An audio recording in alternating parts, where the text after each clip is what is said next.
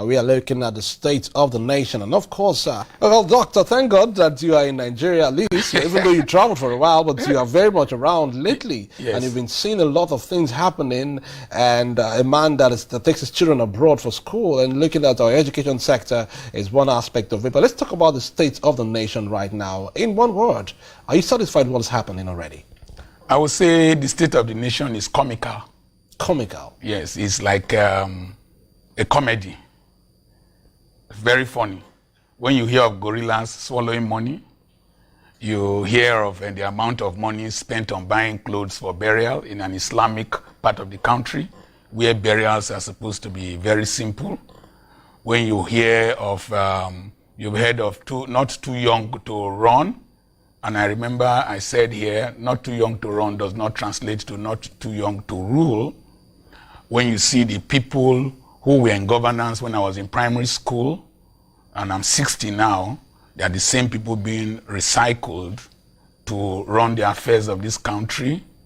When you hear about the insecurity in this nation, and somebody bringing a drone that a photographer can afford, a drone, a toy, that they have acquired a drone to fight kidnapping and herdsmen crisis.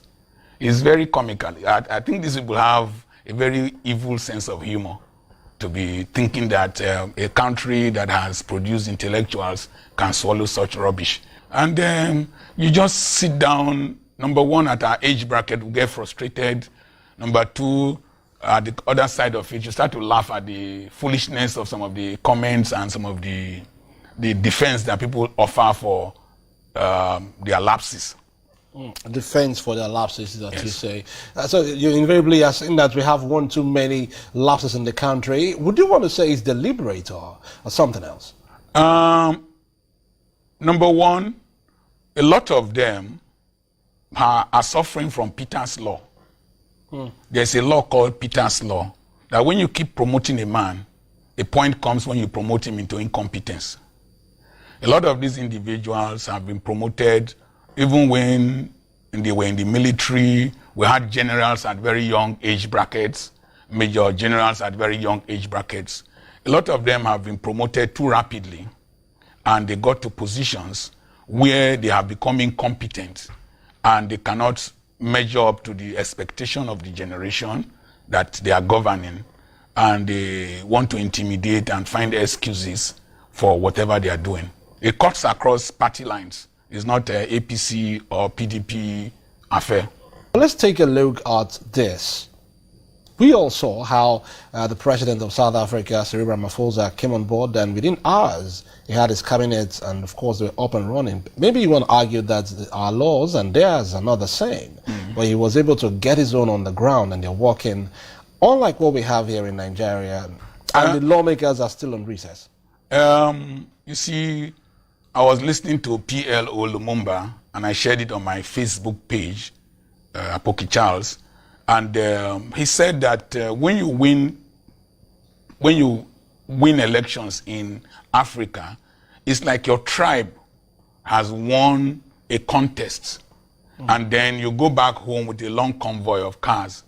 Now, people go for power, not to serve, in Africa and Nigeria in particular.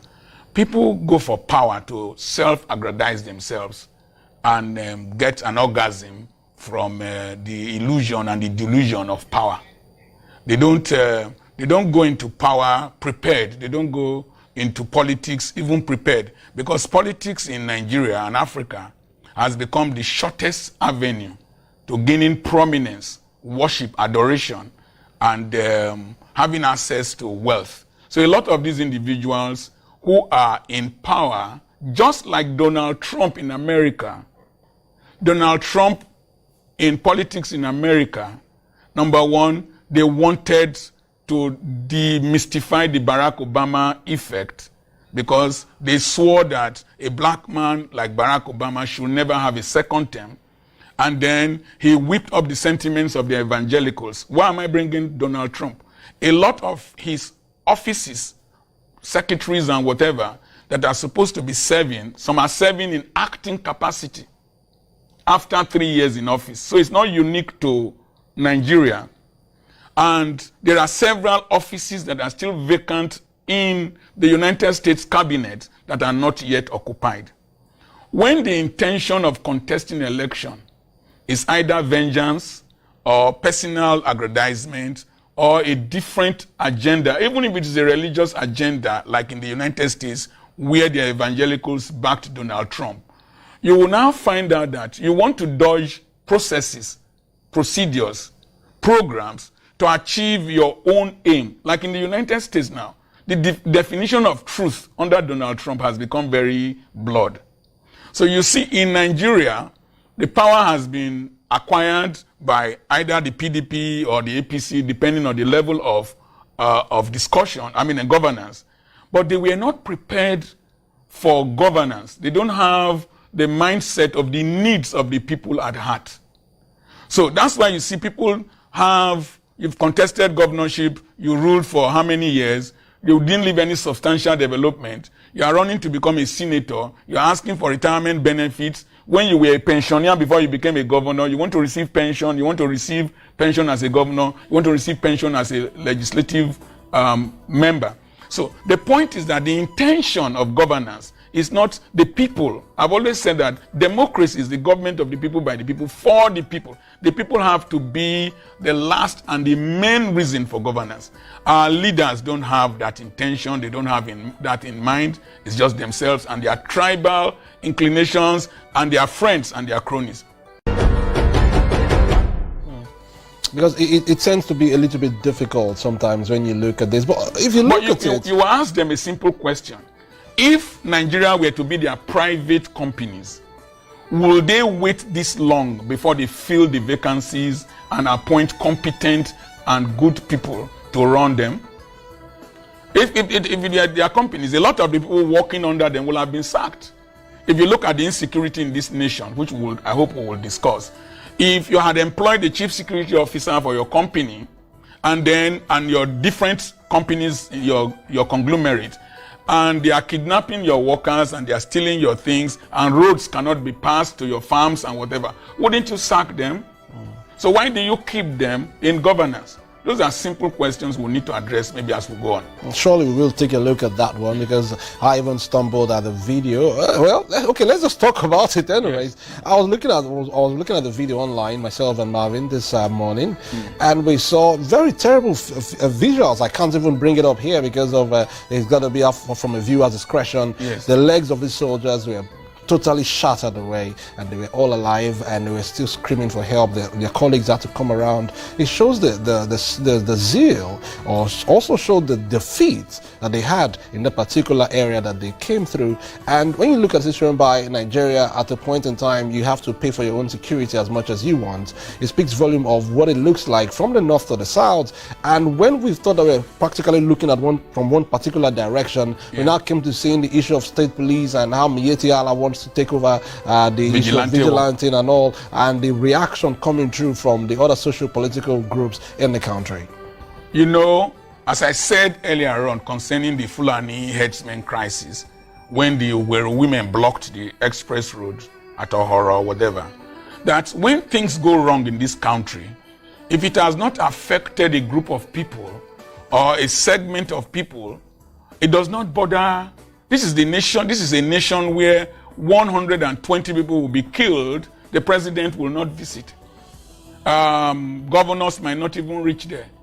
If one Israeli soldier, Shalit, is kidnapped, Israel goes to war because of that soldier. The chief of army staff, or Buratai, or what's his name, recently said that our soldiers have lost enthusiasm to fight. Although he debunked it later. He debunked it later. But the truth of the matter is that the soldiers are really lacking enthusiasm to fight. The Nigerian army, the ones we knew when we were growing up, remain some of the most competent fighters globally. And for a ragtag army, I saw a clip online, Zamfara State, and some people with guns were just shouting and boasting that they will come to Zamfara State and kill people and all that. It's an insult on the Nigerian army. It's an insult on the integrity of this nation. And when we keep giving excuses for these issues, are the soldiers well equipped? Are they well motivated? Are they well fed? I've seen a video online where soldiers were crying for water. The heat in the desert area is intense. A dehydrated soldier will not concentrate, mentally will be deranged, and maybe he has not even had food. We've had cases where soldiers shot at their generals. We don't have intelligence concerning where these people are. Even the Port Harcourt road from Elelalimini to Choba, where people come into the road and carry passengers and drivers and take them into the bush, and they start demanding. We can't use a simple drone to trace where they are. If they are crossing rivers, block the river. So we are in a state of despair. Dole, in the course of our discourse for the past 45 minutes or thereabout, you have made mention saliently of some issues that perhaps you could look at. Trying to look at the big picture now, what and where do you think we should get it right once and for all? Before I answer that question, I want to say that all the underdevelopmental tendencies we have is depriving us of the greatest resource we have in Nigeria, which is the human beings we have. Howard University in the United States is a very beautiful university, among the top universities in America. Graduated 96 medical doctors. 46 of them were Nigerian girls. 96. 96, then 46 were Nigerians. And they won several prizes, more than any other nationality in the world. If they were in Nigeria, they most probably would be slave queens or be hawking akamu, just like as Mo Ibrahim said that if Barack Obama were to be residing in Kenya, he would have been a bus conductor. Research done in Harvard University showed that Nigerians, particularly the Yorubas and the Igbos, constitute some of the best results that are attained in Harvard University. Research in America has shown that Nigeria has the highest graduate per family ratio in the whole of America among all the races and nationalities. That if they are holding a family ceremony, if you throw a stone, it's most likely going to hit a PhD holder. What took? We have lost 35,000 doctors out of this country. My classmates, a lot of them are doing very well there. This drain of human resources is as a result of underdevelopment, and our leaders don't care. So, you said recently, just now, that how come these people go overseas and then they do very well, they obey the laws, but when they are here, they refuse to obey the laws? Number one, we have to strengthen our judiciary. The judiciary is complaining that they are working under pressure. We need to strengthen our judiciary. We need to strengthen our investigative processes to make sure we have concrete evidences to convict people. We need to readjust our political system. The cost of contesting elections is too high. We must bring it down so that people who have intellectual capacities can contest and who have ideals to manage government to come in. We need to teach our society right from primary school level about their rights and the expectation of society from them. We need in our churches to de-emphasize this concept of size, statistics, structures as the reason why to show that God has blessed us. We must emphasize on righteousness, holiness, discipline, and responsibility. Our award systems, chieftaincy titles in our communities, should be to recognize people who have contributed to the development of the society. You can give a headmaster who has done well in a school a chieftaincy title without his paying money. All these awards that we give to people who we know have destroyed this nation propagates corruption and indiscipline. And then we must make politics unattractive.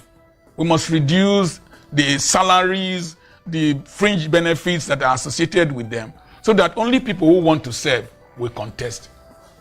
Indeed. Well, I hope that we will have to visit this topic again so that we could continue from where we stopped. Dr. Charles, thank you so much for stopping by. Nice meeting you.